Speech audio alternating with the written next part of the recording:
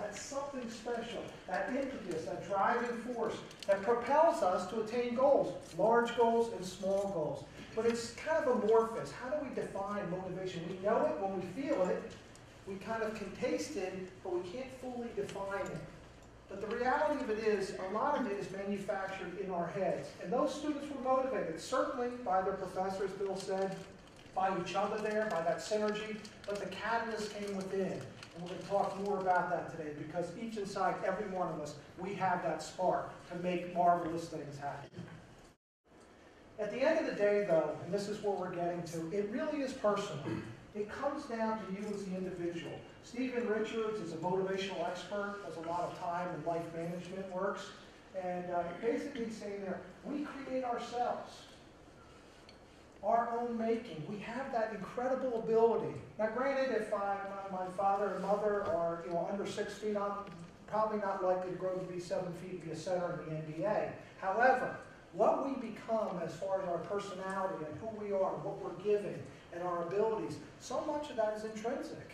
And it's partly, it's significantly due to how we make it, what we do, the thoughts we plant into our heads.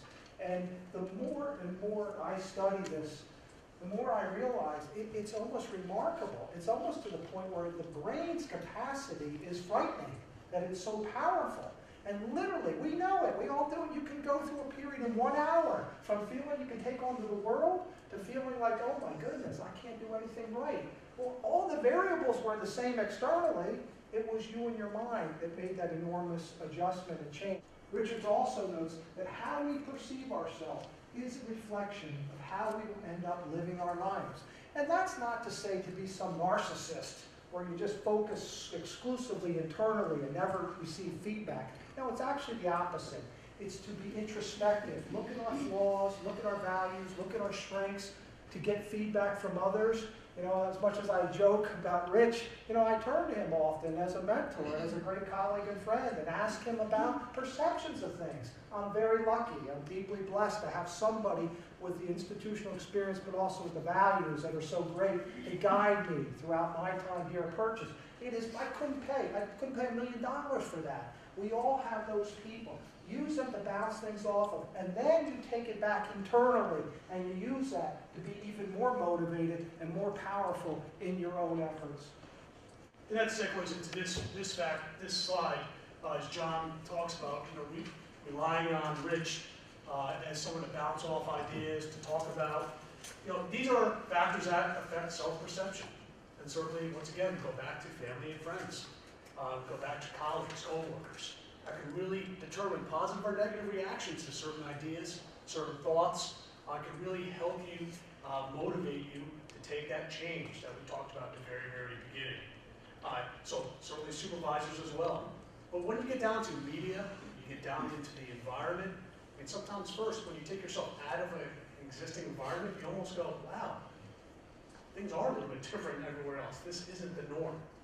And so it's really, really helpful to do that at times, to really get perspective again. And it's tough to get caught up when you're at a place all the time. There are some practical steps we can take to reach that point where we're motivating ourselves. The first one, I think, is the most critical one. Theologian Mike Murdock has some remarkable notions about this idea of finding a healthy space. And again, it doesn't have to be the bucolic setting out the countryside. It might be in your own office, it might be in your bedroom, in your living room. The key piece is that it's a moment of peace, where you literally can kind of drown out the noise that's surrounding you. Usually that's white noise anyway, it comes and goes. It's what's important is in between your ears, to have that moment where you can kind of close your eyes. And Murdoch notes, and I really believe this, there is a place for every one of us where our genius, who we are, can explode. If you are in that place right now, that is fantastic. If you're not, seek it. So some of the motivation reminders. Typically, you only need a few moments to get motivated. And as I look in the lens of my business class, it's that eureka moment where it hits you in the head, I have a great idea. Well, the converse, the idea is, hey, I'm going to take to action. I'm going to do something. And that's what we're hoping for, that initial spark. one of the motivational fire starts, progress follows immediately. And that's really typically the harder piece. You know, you start joining the gym on January 2nd. And then you look at the gym on February 2nd, a lot less populated. Mind is its own place, and in itself can make a heaven of hell, a hell of heaven. And so you can certainly interpret that in any which way you want, whichever environment you may think of, but it certainly resonates, you know, for this presentation. Yeah, just to add, at the end of the day, really what's up here is everything. You nurture it, water it, take care of it, be surrounded by positive forces, and at the end of the day, with you and your initiatives, with your abilities, I look around this room, I see people with tremendous hearts, caring individuals who are living great lives. But if you want to make some adjustments, they might be minor. Now is the time, not 20 years from now, and certainly not on our deathbeds.